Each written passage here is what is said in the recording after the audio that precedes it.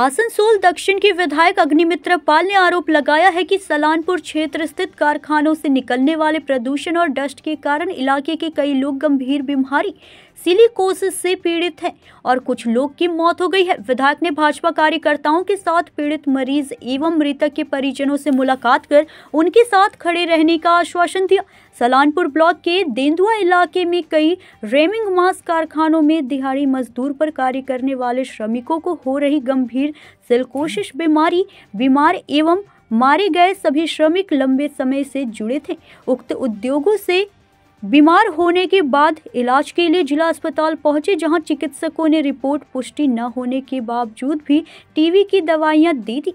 दवाओं के सेवन के बाद भी जब वे लंबे समय तक बीमार होकर मारे गए तब मामले ने तूल पकड़ा। बताया जा रहा है कि बीमार 12 भुई निवासी सुबोल राय को जब निजी अस्पताल में इलाज कराया गया तब चिकित्सक ने बताया कि सिलिकोसिस बीमारी से ग्रस्त हैं। बताया जा रहा है कि इस बीमारी से कई मजदूरों की मौत हो चुकी है और कई मजदूर अभी भी बीमार हैं।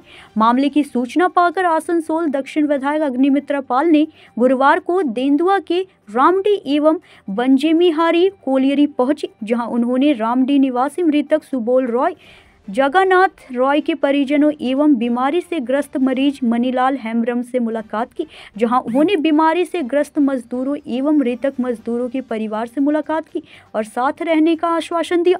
उनका हालचाल पूछा और कहा इलाज चल रहा है समेत मामलों को लेकर जानकारी ली। विधायक अग्निमित्र पाल ने राज्य सरकार पर कटाक्ष करते हुए कहा कि राज्य के मुख्यमंत्री अपनी जिम्मेदारियों से बच रहे हैं। इस क्षेत्र में प्रदूषण व्यापक है, उन चीजों को देखने वाला कोई नहीं है। उन्होंने यह भी कहा कि वे मुख्यमंत्री, केंद्रीय स्वास्थ्य मंत्री सहित विभिन्न विभागों को पत्र लिखेंगे और यदि उन्हें कोई जवाब नहीं मिला तो वे बड़े आंदोलन की दिशा में आगे बढ़ेंगे। यहां स्थित कारखाने नियमों को दरकिनार करके श्रमिकों को जान से खिलवाड़ कर रही है। আজকে হঠাৎ এখানে আজকে এসেছি সলানপুরের এই গ্রামটার নামটা কি রামডি গ্রামে এখানে প্রচুর এরকম মানুষ যাদের শ্বাসকষ্ট প্রচন্ড, লাংস পুরো খারাপ হয়ে গেছে, তারা সব এই ক্রাশারের ফ্যাক্টরিতে কাজ করে, মানে যেখানে কোয়ার্টজ পাথর কাটা হচ্ছে, সেই ডাস্টে তাদের একটা অসুখ হচ্ছে সিলিকোসিস। ডাস্টটা ওড়ার কথা নয়, যদি পলিউশন বোর্ড স্ট্রিক্ট থাকে আর যদি যেই কোম্পানিতে তারা কাজ করছে সেটা যদি ঠিক মতো দেখা হয় যে তোমাকে এই মেজার্স নিতে হবে, পলিউশন বন্ধ করতে হবে, তাহলে কিন্তু এই লোকগুলো অসুস্থ হয় না আজকে মনিলাল হেমব্রমের মতো। কিন্তু কোম্পানিগুলো প্রফিট করার জন্য যতটা নিয়ম না মেনে এই মমতা ব্যানার্জির সরকারকে ঘুষ খাইয়ে প্রতিটা জায়গাতে ঘুষের চলছে আপনারা জানেন, সেইখানে আজকে পুরোপুরি পলিউশন, এই ধুলো থেকে তাদের একটা অসুখ হয় সিলিকোসিস। এই সিলিকোসিস যদি হয় তাহলে বেশ কয়েক লক্ষ টাকার কম্পেনসেশন রাজ্য সরকারকে দিতে হবে এই ধরনের মানুষদের। কিন্তু সিলিকোসিস সরকারি হাসপাতালে গিয়ে সিলিকোসিস লিখছে না, তারা লিখছে টিবি, টিউবারকুলোসিস, এবং টিবির ওষুধ দিচ্ছে। টিবির ওষুধ খেতে খেতে তাদের মৃত্যু হচ্ছে। এরা বড়জোর 1 বছর 2 বছর এইরকম তারা বাঁচছে। এবং এখানে বিভিন্ন ফ্যাক্টরি রয়েছে যেখানে এই কাজটা চলছে। আজকে এসেছি অনেক দিন ধরে, আমার ভাই অমর, অভিজিৎ, বাবন এরা এই মুভমেন্টটাকে এগিয়ে নিয়ে যাচ্ছে। এরা ন্যাশনাল হিউম্যান রাইটস কমিশনে কমপ্লেন করা হয়েছে এবং এটি আমি দিল্লিতেও এনএচআরসিকে আমার তরফ থেকে জানানো হবে। সরকারকে একটা চিঠি দেব, সময় দেব, যদি এদের এই কম্পেনসেশন এবং চিকিৎসা না করে তাহলে আমরা একদম রাস্তায় নেমে আন্দোলনে। কতগুলো এমনি রয়েছে ব্লকে, এমনি কতগুলো পেশেন্ট রয়েছে? প্রচুর, আপনি ভাবতে পারবেন না যে কত পেশেন্ট মারা গেছে, কারণ কি প্রেসক্রিপশনে লেখে টিউবারকুলোসিস। এরা এই ছেলেরা তারা বুদ্ধিমানের মতো তারা গিয়ে বেসরকারি বড় কলকাতার হাসপাতালে গিয়ে তারা টেস্ট করিয়েছে, করানোর পরে সেখানকার ডাক্তার তো আর কারোর চাপে নেই, সেদিকে দিয়েছে সিলিকোসিস হয়েছে।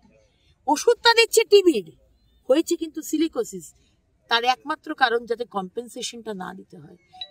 কি অবস্থার মধ্যে থাকে দেখুন এরা, মানে দিন আনে দিন খায়, সেখানে কম্পেনসেশন দেওয়ার ভয়ে আজকে মমতা ব্যানার্জির সরকার, মমতা ব্যানার্জির ডিপার্টমেন্ট, মমতা ব্যানার্জির প্রশাসন, মমতা ব্যানার্জির স্বাস্থ্য, মমতা ব্যানার্জির পলিউশন দপ্তর তারা হাত গুটিয়ে বসে আছে। শুধু বড় বড় কোম্পানিরা, ফ্যাক্টরিগুলো তারা ঘুষ খাওয়াচ্ছে, পলিউশন, দেদার পলিউশন হচ্ছে, আর মানুষ মরছে, সাধারণ মানুষ মরছে। দিদি, এর আগে পলিউশনের জন্য বিভিন্ন রকম এখানে মিটিং হয়েছিল, ড্রোন ক্যামেরা দিয়ে চেক করা হবে, এই বিষয়ে অনেকবার করা হয়েছিল ডিএম এর তরফ থেকে, কিন্তু সেই বিষয়ে কোনো লক্ষ্য করা যায়নি। তো কি বলবেন এই বিষয়ে, কি বলবেন? আমাদের পশ্চিমবঙ্গে কি কোনো কিছু হয় মানুষের জন্য? এই যে মা মাটি মানুষের সরকার বলে, কোনো কিছু কি করে বলুন? আজকে নদীগুলোকে শেষ করে দিচ্ছে চুরি করে। মমতা ব্যানার্জি বলছেন বালি চুরি করা যাবে না। আপনি গিয়ে এই মুহূর্তে আপনি যান দামোদরে, গিয়ে দেখবেন মানে নদীর মাঝখানে বড় বড় সেই মেশিন বসিয়ে রেখেছে। অজয় নদী যান, একই ব্যাপার। মমতা ব্যানার্জি জানেন না? সব জানেন। মমতা ব্যানার্জির নেতৃত্বে পুরো পশ্চিমবঙ্গে চুরি হচ্ছে। উনি মানুষকে মানে এটা বোঝাবার চেষ্টা করেন যে উনি কিছু জানেন না, উনি সৎ, উনি অনেস্ট, কিন্তু আসলে তা নয়। পুরো ডিপার্টমেন্ট চুরি করছে, মাঝখান থেকে সাধারণ মানুষ যে হয়তো কাজই করতে যায়নি। আজকে এমনও কেস আছে, একজন মহিলা, সে কোনোদিন ক্রাশার কোম্পানিতে কাজই করেনি, তার সিলিকোসিস হয়েছে। মানে এইখানে যদি পলিউশন লেভেল, পলিউশন ইন্ডেক্স যদি মাপা হয়, তাহলে কত দাঁড়াবে। মানে সাংঘাতিক অবস্থা এখানকার মানুষদের, ছোট ছোট বাচ্চাদের। আজকে তাদের গ্রোথ হচ্ছে না, স্টান্টেড গ্রোথ হচ্ছে পলিউশনের এই অসুখ থেকে। অথচ সরকার যাতে কম্পেনসেশন না হয়, যাতে পলিউশন ফ্যাক্টরিগুলো থেকে টাকা পাওয়া যায়, তোলাবাজি করা যায়, তারা চুপচাপ রয়েছে। কিন্তু এগুলো আমরা করতে দেব না। আজকে এসেছি, আর কয়েকদিন সময় দেব, তা না হলে রাস্তায় নেমে আন্দোলন হবে। দিদি, যেখানে যেসব জায়গায় চলছে ও সেখানেও কি আপনারা যাবেন? আজকে যাব না, আজকে শুধু যারা ভুগছে তাদের কাছে দেখা করতে এসেছি।